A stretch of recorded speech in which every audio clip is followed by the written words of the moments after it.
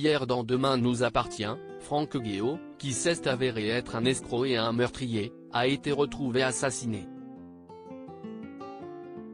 Qui peut bien être responsable de sa mort? Sandrine? Morgane? Anne-Marie? On dresse la liste de nos suspects. Avec la mort de Franck Simonin, retrouvé sans vie à la fin de l'épisode de Demain nous appartient diffusé hier soir sur TF1, l'intrigue consacrée au clan Lazari-Guéot vient de prendre un tournant inattendu. Depuis plusieurs semaines, Sandrine, Juliette Tressanini, avait tout mis en œuvre pour démasquer son beau-frère, qu'elle soupçonnait d'être un escroc et un meurtrier. Et alors qu'on s'attendait à ce que cette arche narrative riche en rebondissements se termine derrière les barreaux pour Franck, les auteurs du feuilleton quotidien nous ont offert un nouveau twist qui redistribue les cartes puisque le méchant de l'histoire a, en fin de compte, été assassiné. Mais par qui? Si est-il la question qui va rythmer les prochains épisodes de Demain nous appartient, et tout porte à croire que la coupable est un personnage bien connu des fans. Alors, avant la conclusion de cette intrigue, qui devrait s'achever la semaine prochaine à l'antenne, voici la liste des Sétois qui, selon nous, font office de suspects principaux dans l'enquête qui va débuter dès ce soir sur TF1. Sandrine. Depuis l'arrivée en décembre de Franck à 7, le courant ne passait pas entre Sandrine et le frère de Morgane.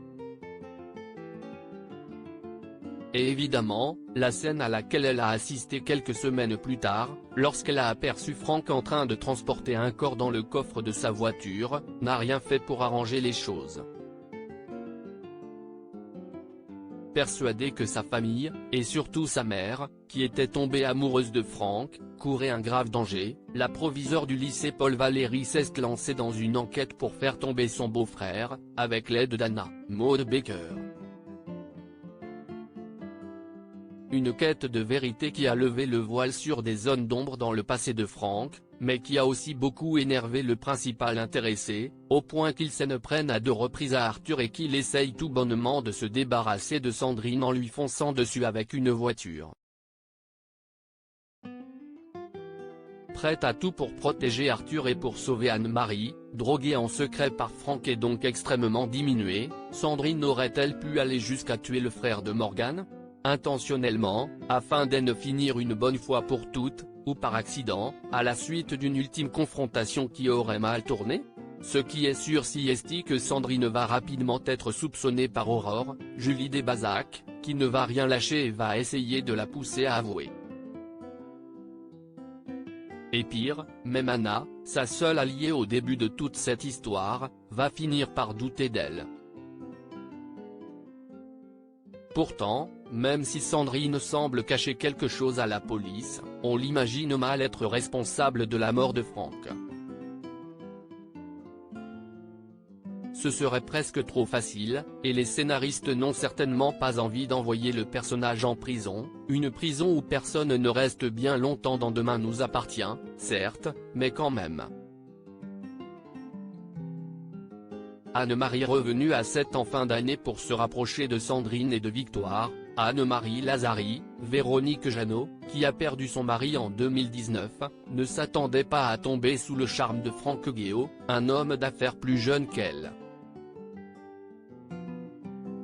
Et elle s'attendait sûrement encore moins à ce que ce dernier, avec qui elle allait se marier dans peu de temps, soit en réalité un meurtrier, ou un veuf noir, du nom de cette intrigue, ayant pour seule obsession d'épouser des femmes fortunées d'un certain âge avant de les pousser au suicide, dans le but d'hériter de leur argent.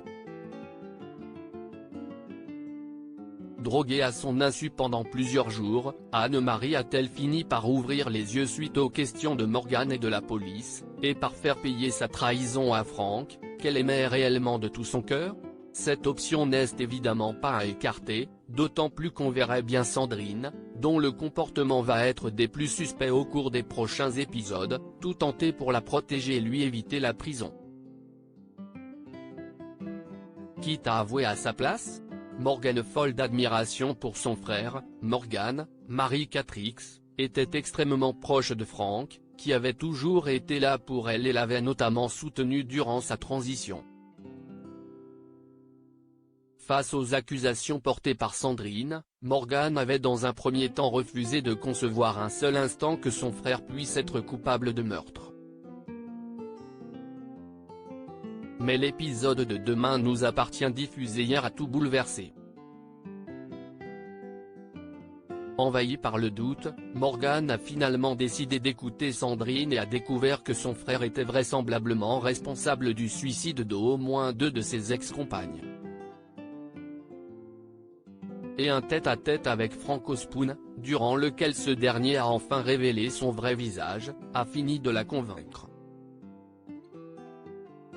Alors, Morgan a-t-elle suivi son frère jusque chez lui et a-t-elle laissé parler sa colère et sa déception, au point de tuer Frank? Ce serait un retournement de situation assez inattendu qui ferait, à coup sûr, basculer l'avenir du couple Sandrine-Morgan. Gabriel ou Arthur parmi tous les suspects, impossible de ne pas penser aussi à Arthur, Théo Cosset, et à Gabriel, Martin Mille. Après être passé à 2 doigts de l'étranglement, Arthur aurait très bien pu décider de se retourner contre Frank afin de protéger sa mère et sa grand-mère.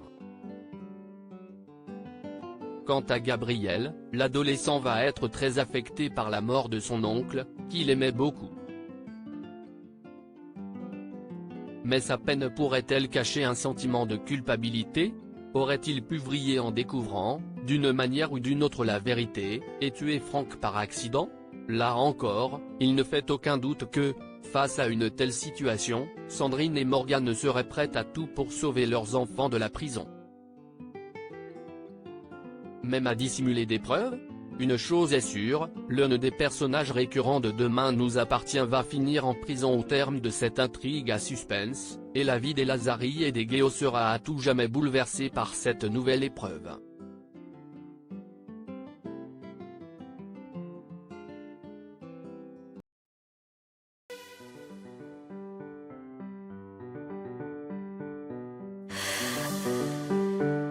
The man I love just had